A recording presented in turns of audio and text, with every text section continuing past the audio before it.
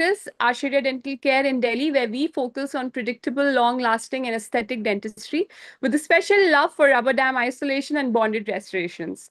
Teaching and sharing has always been my happy space, so I'm excited to be here with all of you today. So partial bonded restorations have a clear advantage over full crowns because they conserve tooth structure.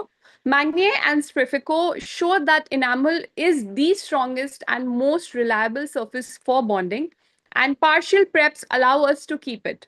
In contrast, Schillenberg demonstrated that a full crown prep removes up to 70% of coronal tooth structure, whereas preparations for overlay or onlay restorations remove only 32 to 47%. That's a huge biological cost, often exposing dentine, irritating the pulp, and starting the patient on the replacement cycle Edelhoff and Sorensen warned us about. So, unless it's absolutely indicated, a full crown is often an overtreatment.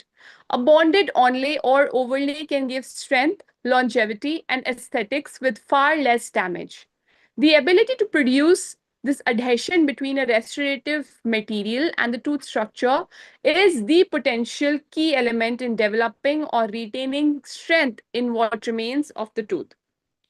So basically today what we'll be discussing is the principles of restoration for extensively damaged posterior teeth, and mostly we are going to concentrate on preserving as much useful tooth structure as possible, protect the tooth structure that remains, and also control the loads upon the restoration and the tooth structure. So, talking about differences between the partial bonded and the full crown, if you look at retention, partial bonded restorations rely completely on adhesion, whereas the crowns rely on mechanical walls and the taper of the preparation. The tooth reduction is minimal and the enamel is preserved in partial bonded restorations, whereas for full crown, it's very, very aggressive and it's completely circumferential, which means it's all around the tooth. Partial bonded restorations restores the natural biomechanics, whereas crowns are rigid and they have altered flexural strength. Pulpal health is much, much better because there is less exposure because you're cutting down less tooth and you're farther away from the pulp than in a full crown because there is higher risk of pulpal involvement there in case you're doing some intentional, vital crown preps. In longevity, we have partial bonded restorations lasting longer or equal to full crown restorations. And again, it depends on the adhesive stability and how the procedure was performed. For a full crown, it depends on the mechanical fit, the retention, and the resistance forms that you give to the tooth preparation. Aesthetically, partial bonded restorations again are very high because you use usually lithium disilicate or composites, whereas for full crown, it can be variable depending on the material that you use. Coming to the indications and the relative contraindications, because I say relative because there's not really a very, very strong or strict contraindication for using these partial bonded restorations. Mostly it's a call that you take based on the knowledge that you have and whether you can perform the procedure well enough or not. So while discussing indications for partial bonded restorations, it's mainly to decide the structural integrity and preserve the tooth structure that is remaining. So if you have extensive caries or defective restorations which are compromising cusp, especially like large MOD restorations, but where the tooth can be conserved without a full crown, we will try to do partial bonded restorations. If you have fractured cusps with remaining sound structure, or if you have endodontically treated teeth with sufficient coronal structure, then you'll go for cusp coverage for reinforcement and try to save the remaining tooth structure instead of giving a full preparation for a crown. Addressing the biomechanical needs, when you have cusp reflection more than two-thirds the intercuspal distance, you can go for partial bonded restorations to redistribute occlusal forces in teeth with weakened structure, or even in posterior teeth needing functional reinforcement without a circumferential prep, which means that sometimes that there are teeth which have become so weak due to loss of tooth structure, but again, it does not need a completely tooth preparation for a crown. Those can be done with partial bonded restorations. Again, if you have to restore the occlusal vertical dimension in worn dentitions, then you can do tabletop overlays. Bruxism cases needing occlusal rehabilitation with bonded overlays, often with caution, and you need to use occlusal guards, but it can be done. So they are basically an alternative to full crowns when your peripheral enamel is intact, and especially in young patients when you need that pulpal protection, which is very important, you can go for partial bonded restorations. Coming to the relative contraindications, when you have little to no enamel left available for bonding, maybe you're going to rely on something which is different, which is cementation. So then you'll have to move to crown preps. If you have extensive loss of enamel, you have reduced bonding surface. That is why bonded restorations might not be of much help in these areas.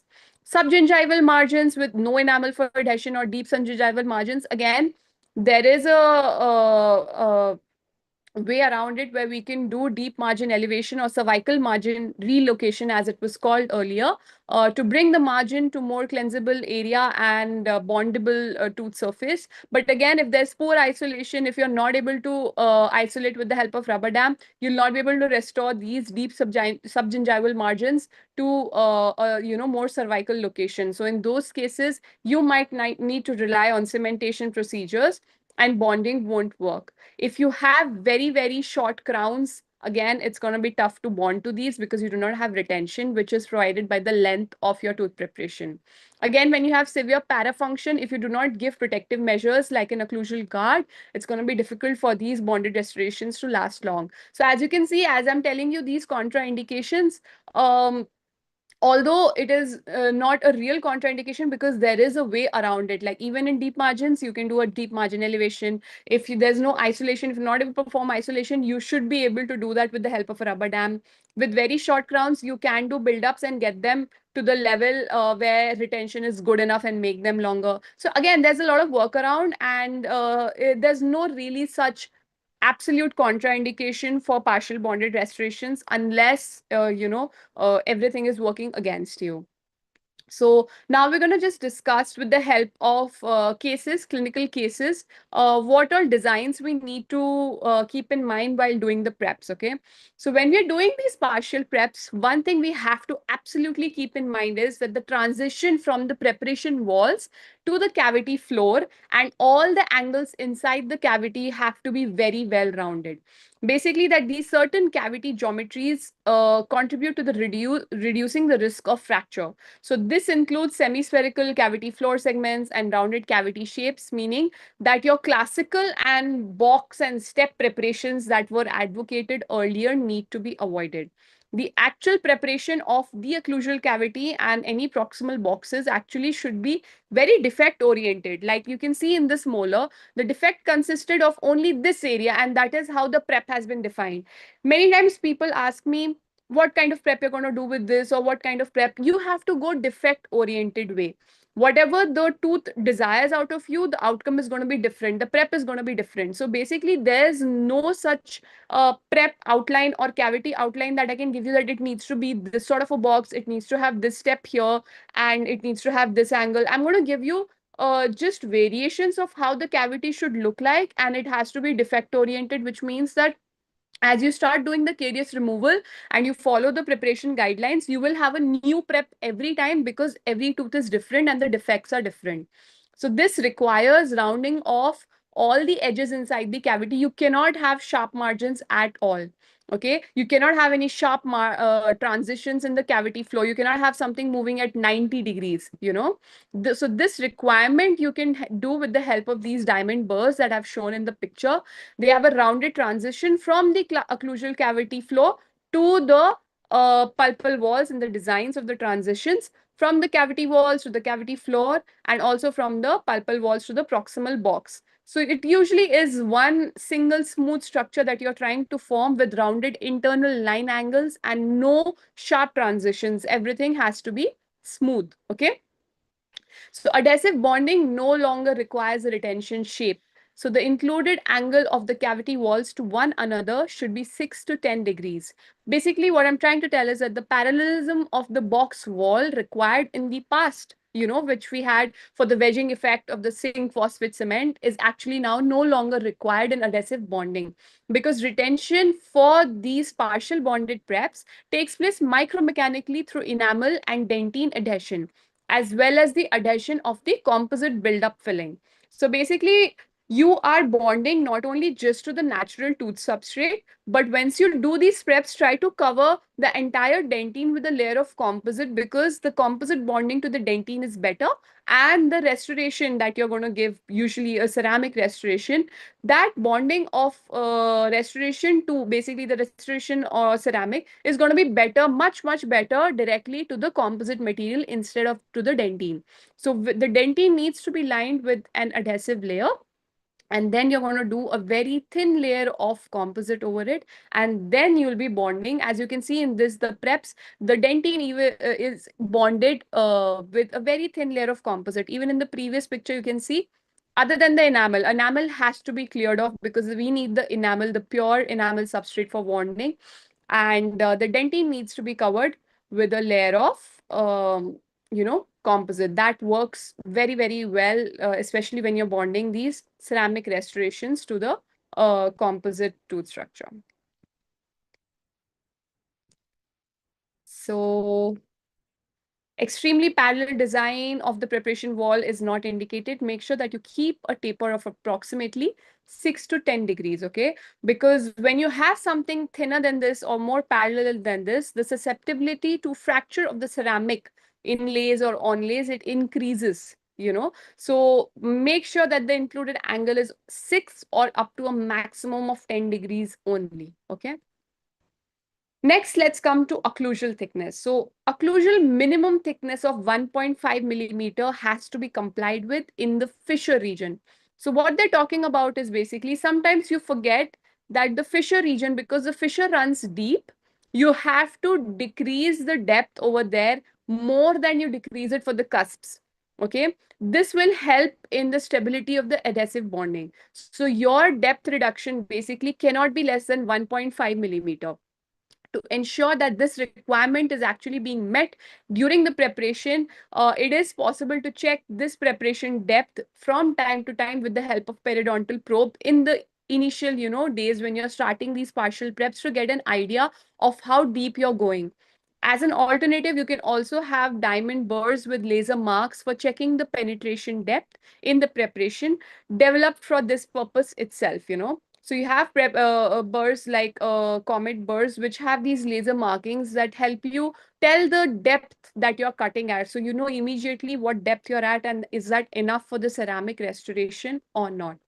If in case the depth in this region below the fissure is not sufficient, then an alternative to deepening the entire preparation, instead of making the entire floor, one level lower, what you can do is just, remove the tooth structure in that fissure region with a round burr, only in that region of the fissure, the cavity floor under the previous fissure, because you are doing adhesive bonding. So a flat cavity floor is no longer required, like we used to do with the amalgam, that we have to have it flat. It does not need to be flat. It can be undulated. Basically, as long as ceramic gets its depth, the minimum thickness that ceramic requires, you can make any sort of preparation that is needed. Okay. Next, an occlusal minimum width of 2.5 millimeter is required at the narrowest place, which is the isthmus, to avoid fracture of the inlay. So it has to be 2.5 millimeter in the narrowest area, or more than that. It cannot be less than this, because again, you will not have the ceramic thickness that is required. So if your minimal material thickness of ceramic is not reached in the region of isthmus, the indication should be queried, and it should be checked whether in such cases you can do a direct composite restoration or not. Because if you have to do a ceramic, you'll have to remove more tooth structure, to give that depth or to give that material thickness to the ceramic. So if you have such a narrow cavity, you must question the indication whether this tooth needs a partial restoration in the first place or not, or whether I can manage this with composite. Because in that case, managing it with composite would mean that you are removing less tooth structure that would be required if you had to do a ceramic onlay or an inlay. So not always you have to go with partial bonded restorations just because you've thought that you're going to do an onlay. If the tooth demands that it has to be done with the composite, then try to do it with the composite, because again, at the end of the day, we are thinking of trying to save as much as we can of the tooth structure. We are trying to perform minimally invasive dentistry. Okay. So if the tooth itself is demanding that a composite restoration can be done, which means if the isthmus, thickness is less than 2.5 millimeters everywhere and it's a very narrow cavity, don't try to make it unnecessarily big in order to fulfill the requirement of a partial bonded restoration prep, So in that case, you'll be doing more damage than good. And in those cases, partial bonded restorations will be an over treatment where possibly a composite restoration would have sufficed. So that kind of logical thinking and mindful diagnostic capabilities you need to have in the beginning itself when you're looking at a tooth. Okay. In the case of residual wall thickness that are less than 1.5 to 2 millimeters, you need to shorten the cusp, which means you need to cap the cusp. So in this, I'm going to give you a trick. There are going to be two cusps that you have. You have a functional cusp and you have a non-functional cusp. If your functional cusp is less than 2 millimeters, you need to cap it. If your non-functional cusp is less than 3 millimeters, you need to cap it. So it is also important to observe the future loading of the structures while crushing the food, So in chewing movements with food, crushing, abrasion, or without crushing, attrition, all this you need to observe on all of this pressure or forces which lie on which cusp and whether you need to cap it and stabilize it in a better way to accept the forces that the patient is going to make, okay? So dynamic occlusion contacts, especially on a narrow residual tooth structure, like in this case, you can see the distal lingual cusp is so narrow, it needs to be avoided, okay? So in this case, just to show you the workflow, look at the top left picture and the pre-op IOPA. This is the second picture is then after I've removed all the decay and done the caries removal, selective caries removal with the help of a dye. Then I went and did the immediate dental sealing and then the build up with composite. And then I reduced only the distal lingual cusp because I felt like it was too thin and it needed to be capped. And because it's a non-functional cusp in the mandibular molar, I knew that it is very, very thin because it's definitely less than 3 millimeters. And mind you, when you're measuring this with your gauge, it has to be from the base of the cavity, not the top of the cavity. It has to be from the base of the cavity. It has to be less than 3 millimeters for non-functional cusps and 2 millimeters for functional cusps, and you're going to cap it.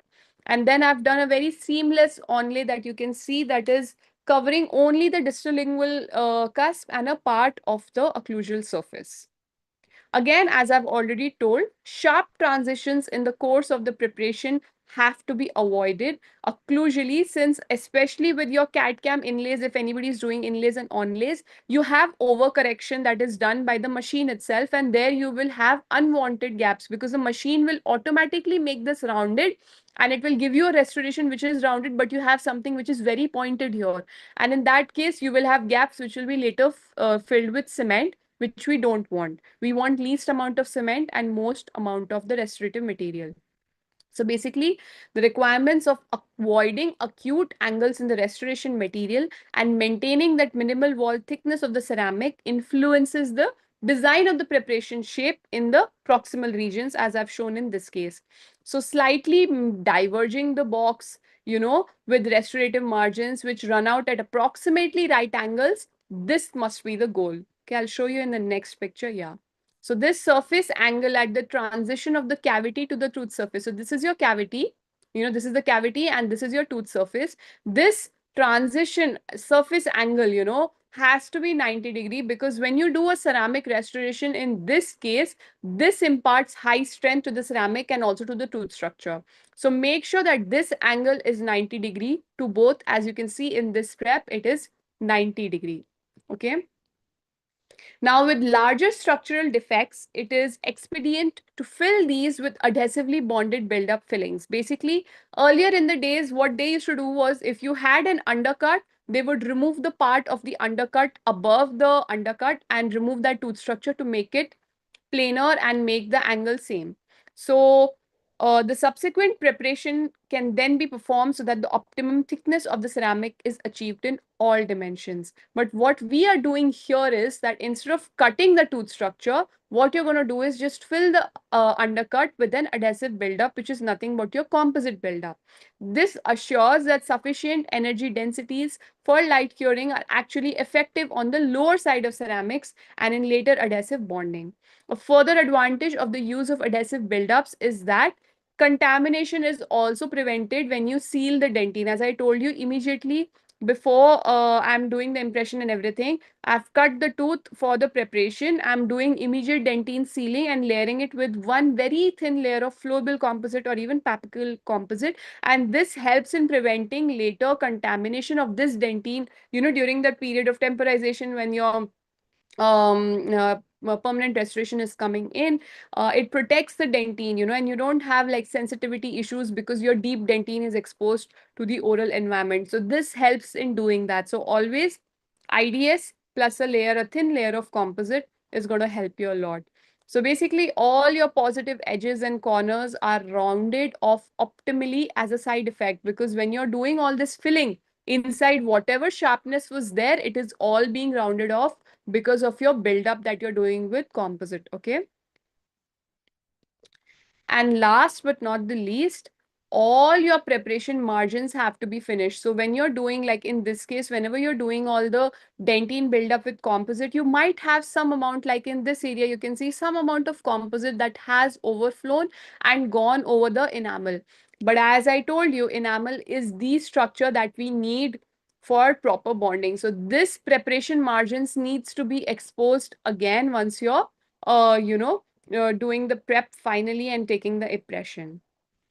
And when you're doing all these preparations, make sure that your separation is required proximally to the extent that you have open contacts on both ends. You cannot have teeth touching each other, especially in the proximal boxes, when you are going to restore this with ceramic later on. Okay, so make sure that you have opened the contact and broken it completely so that you have sufficient space for the ceramic material in the proximal regions as well. Okay. Let's just recap all the preparation points quickly. You need to have good, detailed, sharp margins. And margins, I'm talking about not inside margins, but your outer margins, like I showed you for enamel. Absence of undercuts. You need to do any sort of deep margin elevation if you have subgingival margins. You need to have absence of contact between the cavity and the adjacent teeth. And after rubber dam removal, make sure that you do adequate, movement, centric and lateral movements to see that you have given enough space, interocclusally for the ceramic to fit in there. Okay. Let's go through quickly some clinical step-by-step protocol for the cavity preparation that we'll have. You will start with local anesthesia. Check your occlusal contact first and see the aesthetic needs of the tooth. Which region this is. Is it a premolar region? Because then you might need to see that you need to probably do a veneer lay, or if you do a butt margin at the buccal surface, will the transition show? So all these things have to be evaluated beforehand before you do the prep, because that will decide the design of your prep as well. Okay. Choose the tooth shade before, because if you apply the rubber dam and you do the isolation, it's going to be at least close to 1 hour or, more when you're doing all this build up and prep, and it's going to isolate and desiccate the tooth completely and change the shade. So always a small pro trick, please choose the tooth shade beforehand and take lots of pre-operative photographs as well. Okay. Remove your old restoration, excavate caries and prepare, but do not finish the margins of the cavity. As I told you, we'll be doing that later. If you do it now and then you have build up again over it and then you redo the margins, you're going to remove a little bit more tooth structure than was needed. Check interocclusal space in centric and lateral movements. Isolate the cavity with rubber dam. And in case of subgingival margins, you have to place some metal matrix, preferably a DME matrix, to, get the margin to a more cervical, more coronal level. Then you will be doing immediate dentine sealing, as I told you. So you'll seal the entire dentine with the adhesive system that you're using. Follow the instructions that are needed. And then you'll light cure it for 20 seconds. Then you also have cavity design optimization, which is nothing but what I have been telling all this while. All the steps that I've told you, all the rules that I've told you are nothing but they are optimizing your cavity to best receive the ceramic restoration. Okay. And then I told you, you're going to build up little bit of composite resin which will replace part of the dentine. Okay, it's going to seal the dentine. The IDS will seal the dentine, and the bit of composite is going to seal it completely so that it better receives the ceramic restoration. Okay, once you've done that, you're going to cure the entire thing under glycerine gel to avoid the oxygen inhibited layer. And after you remove all of this, then you will finish the final prep. You'll finish the enamel margins with your fine diamond instruments without exposing the dentine now. Okay, so you can even expose some of the composite margins. You want to refine that, you can do it. And again, we're going to check for all these things that I have already discussed, all your preparation parameters, detailed sharp margins, absence of undercuts, subgingival margins, absence of contact, all these things, you're going to check. And then finally, you're going to go ahead with temporization, impression, all those things. And then routinely, you will give it for the main restoration build-up. Okay. What sometimes we do, and I wish that you all can correct, is some common errors that we'll talk about now. One is over reduction of tooth structure. If you have loss of peripheral enamel, then you're going to have weaker bonding, and there is increased risk of exposure of your dentine. And again, this will result in some sort of pulpal injury. So what I've told you all this while, follow the minimally invasive principles, preserve your enamel margins. Okay. Moving on, subgingival or deep margins, as I told you, make sure that you do DME and get them to, a more coronal level as much as possible. If you have sharp internal line angles, it's going to be a stress concentration point, and ceramics are brittle and they are going to crack. They won't fit. It will not be a good fit. So the correction is round off all your internal angles to distribute the stresses evenly. If you have unsupported enamel margins, you're going to have chipping or fracture in those areas, and that is going to be a weak point for your restoration. So ensure that all your enamel prisms are supported, which means that you're going to give a butt joint at all the margins mostly. Or if you need to give a bevel, if there's any enamel that is unsupported that you can see it's very, very thin, make sure you reduce it and finish it properly in the margins. Okay, and make sure it's on sound enamel. If you have inadequate occlusal clearance, you will not have enough material thickness, and there is a risk of fracture, because even though it's bonded, it does not have the enough minimal thickness for the ceramic that it needs to withstand the forces. So make sure that you provide that material, with that specific material thickness that it needs, because if not, then you'll blame the procedure or you'll blame the material, but it is in fact the preparation guidelines that had to be followed that were not followed, and that is why the procedure failed. Okay, don't go for over tapering of the walls. Make sure that you maintain that 6 to 10 degree divergence or that taper that I've talked about. Okay, incorrect margin geometry, if you give too much of excessive bevels, it'll give you very, very thin ceramic edges, and that is going to fracture. So make sure that you give butt joints wherever it's needed, and bevel only if veneers you're doing, and if aesthetics is a demand. Okay, if your surface is too rough or if it's over polished, it's going to be a very poor adaptation or poor bonding to the tooth structure. So make sure that you're just using a fine diamond in the end to round off all the internal line angles and to polish the entire surface. That is more than enough. You don't have to sit and polish it the way we polish composites. Okay, that will provide a uniform surface for the bonding of your ceramic restorations. And plan your rubber dam isolation very, very well, because when you're doing the bonding procedures, especially in DME and all those cases, if you do not have absolute isolation, your DME is going to fail. If your DME fails and you have a ceramic restoration on top of it, you have made a very weak point in a subgingival area, and the tooth is going to fail at that area, and then you're going to blame the procedure, blame the material, but in fact it was the failure to isolate that was the issue. So design the prep in such a way, make sure that you're able to apply the rubber dam, retract the gingiva efficiently, ensure a very, very clean and dry field before you do DME. If you cannot isolate and you feel like it's too deep, please don't go for DME and go for some cementation procedures, because that will be better in that case. If you do overextending cusp coverage, you have done unnecessary enamel removal and you have exposed now more dentine.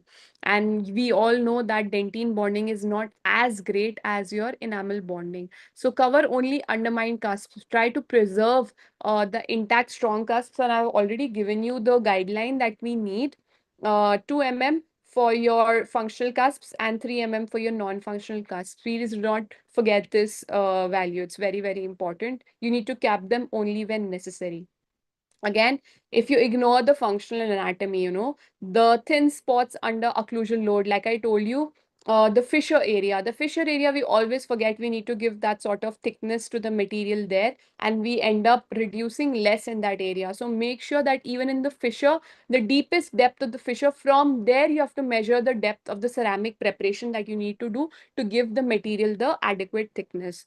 So don't forget that particular point, because when you make the ceramic restoration, when it comes, it will be very, very thin in the fissure area. And we know that the fissure area takes a lot of occlusal loading. So in that case, your ceramic will end up breaking because we did not give it enough material thickness. And then again, blaming of the procedure happens, or we tell that we cannot do it. But it is actually these small, small guidelines that we need to follow that will help us in making us perform these partial bonded restorations in a better way. Okay.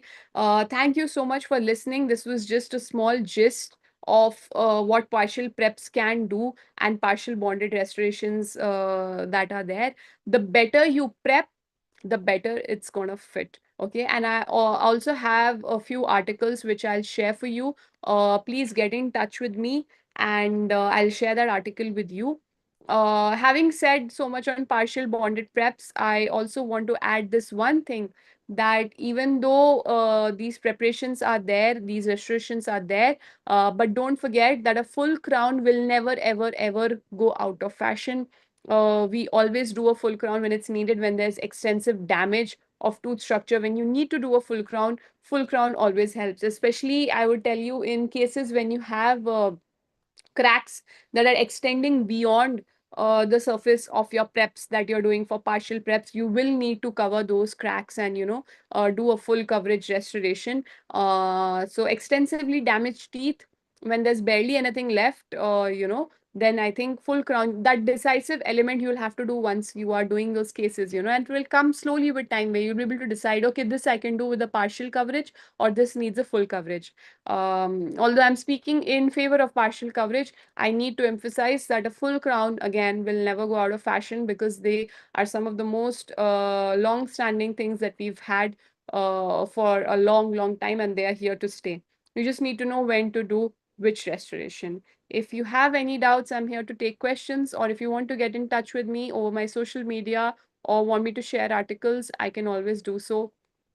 Just get in touch with me and I'll share more information. Or if you have doubts, I can provide you a bit of mentoring also initially to help you ease in with what kind of preps that you need to do. So that is about it. I am open to taking questions from everybody. Okay, thank you, ma'am. For all the participants, if you have any doubts, you can type your doubts in the chat box.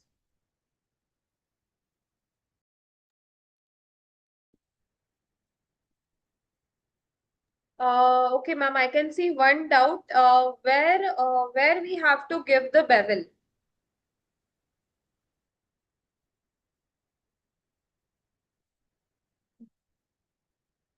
Yeah.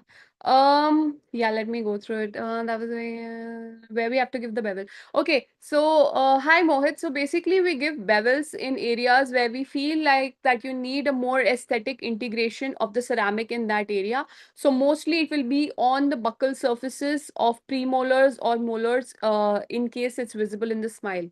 So I can show you or I can share with you a couple of articles or images of teeth, and exactly I'll tell you where to give the bevel. You'll understand much better with that. So Mohit, just get in touch with me. I'll share the images with you.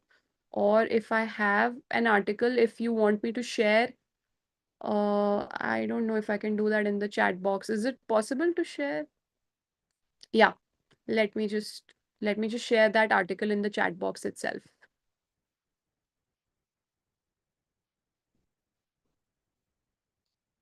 Any other questions, I'm open to taking any of them. Yeah, I've shared the article. You can go over this article. It's really nicely explained what we have to do, what kind of prep we need to do. And I can share you some beveled preparations also, because beveled preparations are slightly better um, than your butt joints. One second, I'll just share that article with you as well. Yeah.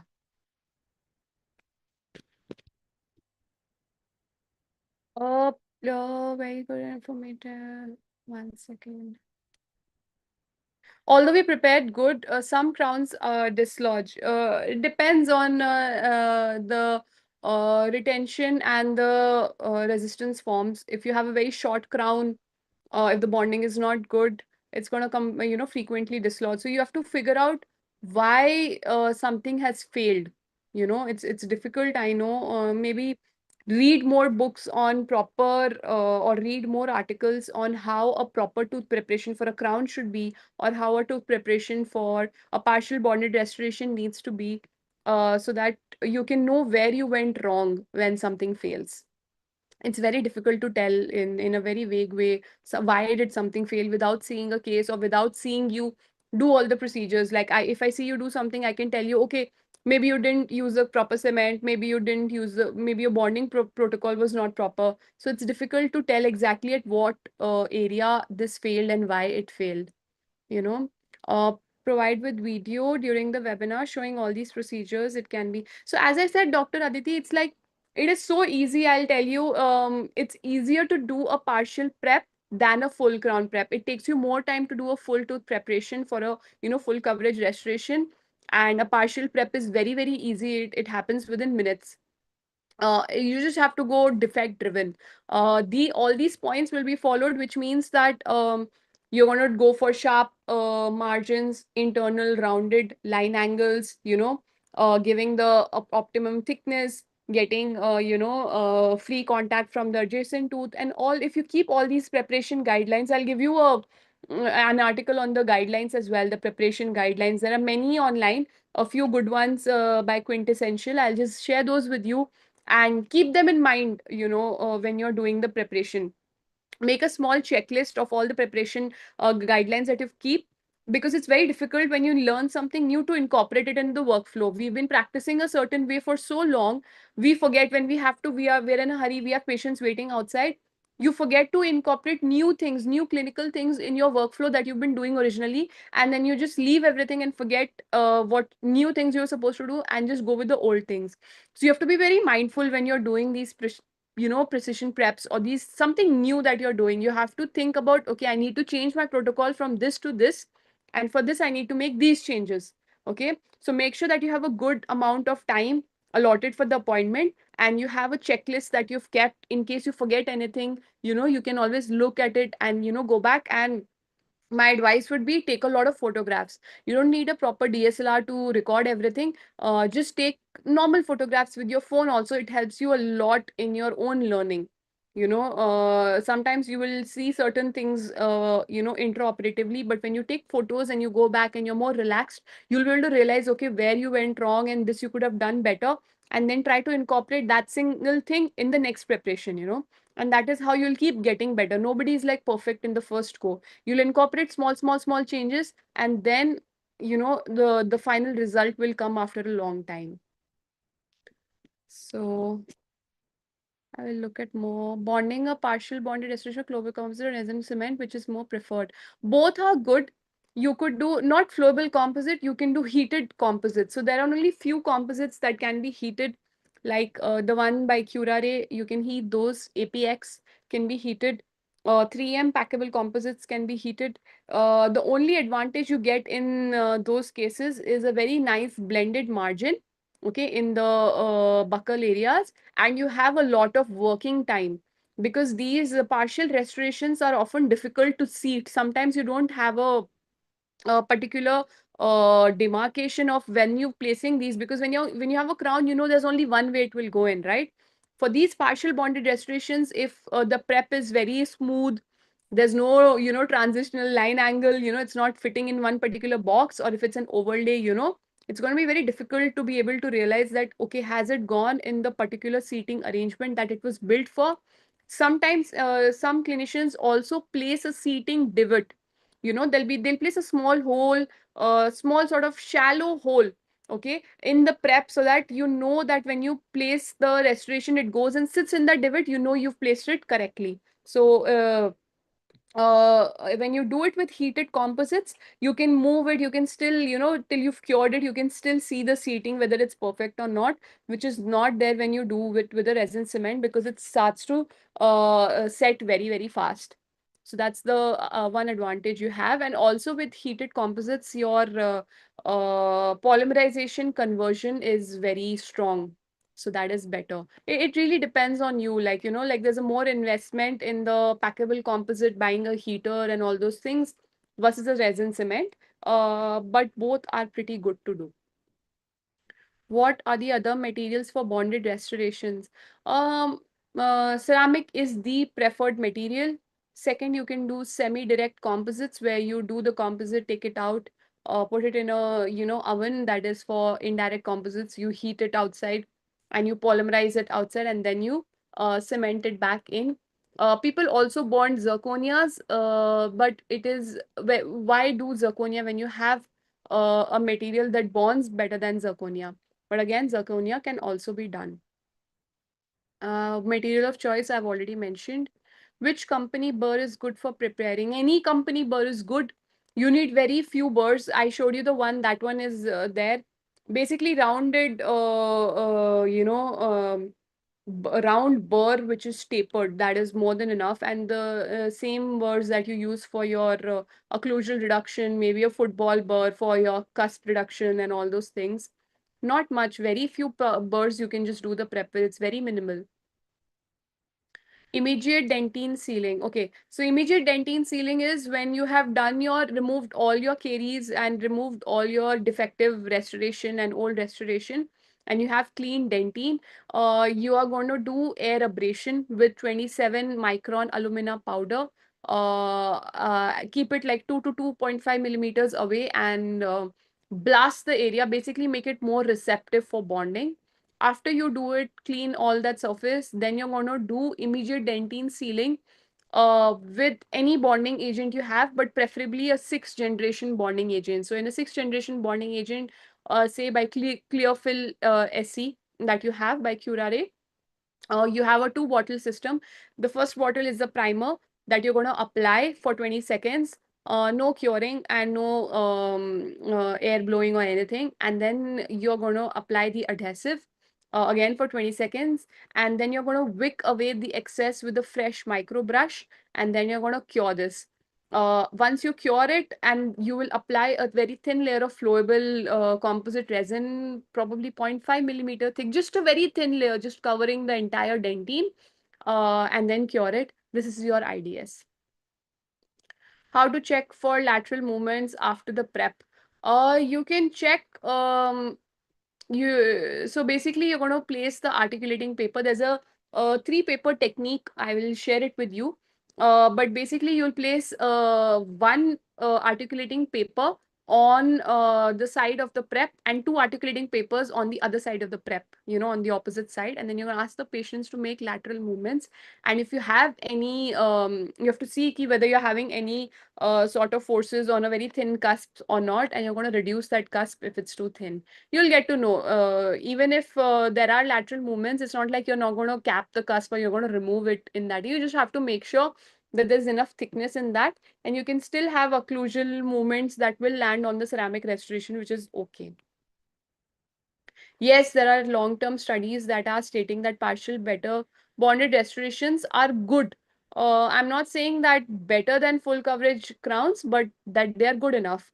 A full coverage crown, when done properly, as I said, is the gold standard. We are not trying to, beat full crowns. We're just trying to see that if we can save more tooth structure, then why not?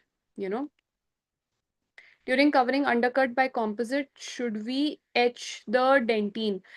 So I would advise you not to etch dentine if you're using the self-etch technique like sixth generation bonding agents have. Then you can, the primer is enough, it has a little bit of etchant in it. But if you're not, you're using the selective enamel, selective etch technique in which you etch the enamel and you don't etch the dentine. In that, I would advise when you're etching the enamel and placing it for 20 seconds, you keep a timer.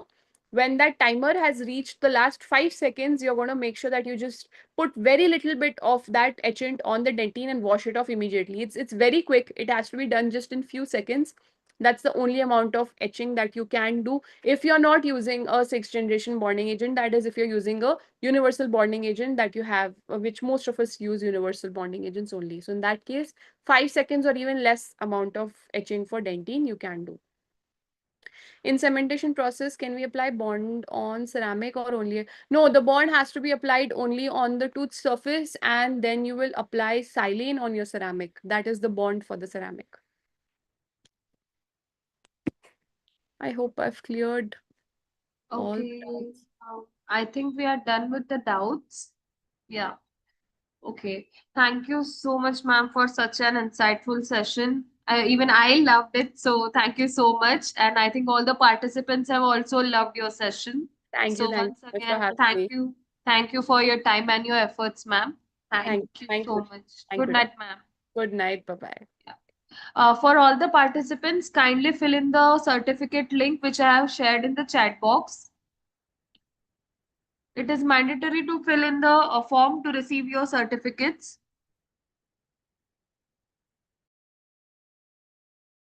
If anybody needs to get in touch with me, they can always contact me.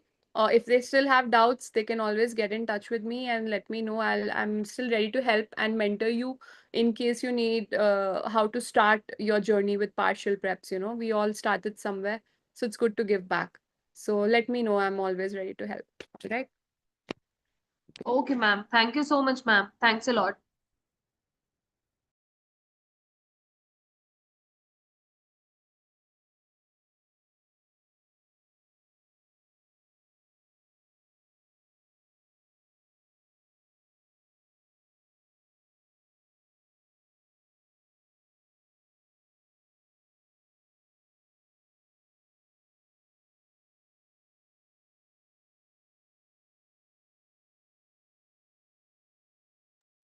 Requesting all the participants to kindly fill in the certificate form which has been shared in your chat box to receive the certificate.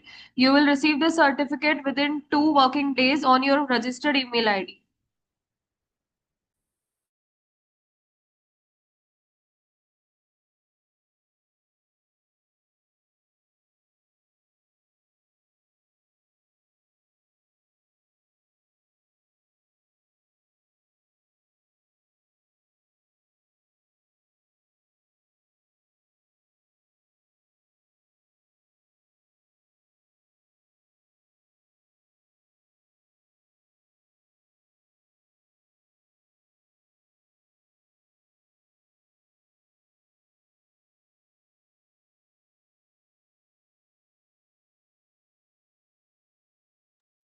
Thank you everyone. Good night. Hope to see you for the next webinar.